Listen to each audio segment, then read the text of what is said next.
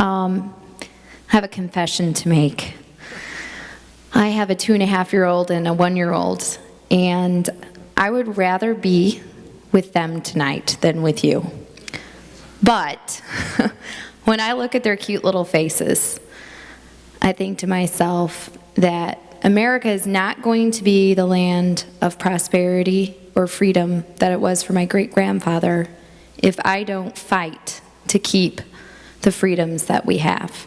And that's why it's more important for them that I'm here than I'm home with them tonight reading them a bedtime story. In 1915, a 16-year-old young man stowed away on a ship. He was from Czechoslovakia. He was penniless, jobless, homeless, and he left everything. He left his family, he left his language, he left his home, and he left it to come to America. This was my great-grandfather, Jan Chidalik, and the courageous step that he took then is the reason that I'm here today. He came to America and risked everything for the land of prosperity that we know our country is.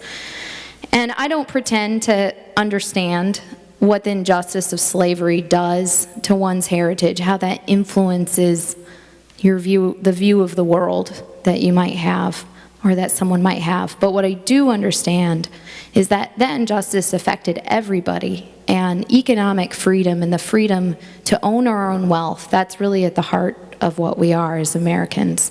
And so I think it's so important to think about those things, and that is really our shared heritage for everybody.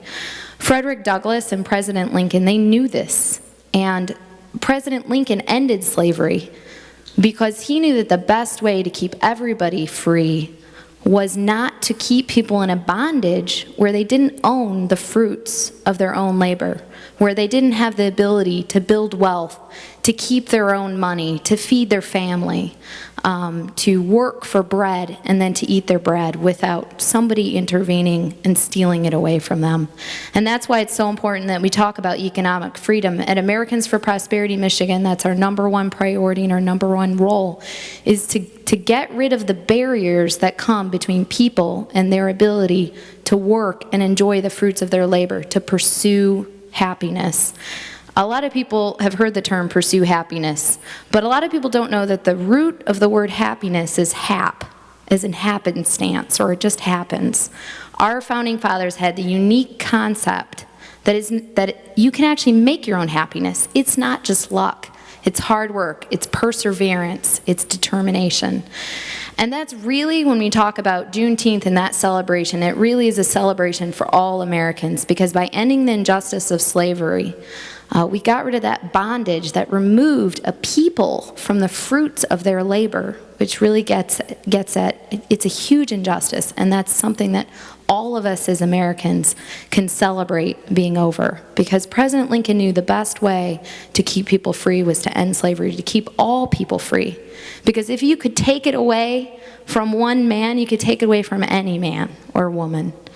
So those are my brief remarks. I just want to end with a quote, which I think really gets at this. And let me find it in my notes, because I don't know it by heart. President Lincoln said, "In the right to eat bread without the leave of anybody else, which his own hand earns, he is my equal and the equal of every living man."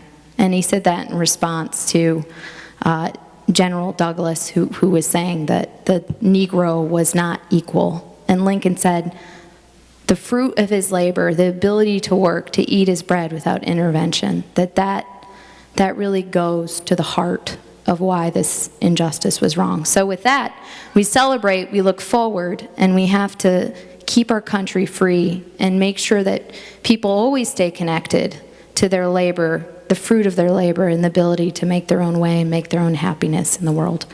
And so with that, I'd like to thank Stacy for hosting this event and bringing us on board.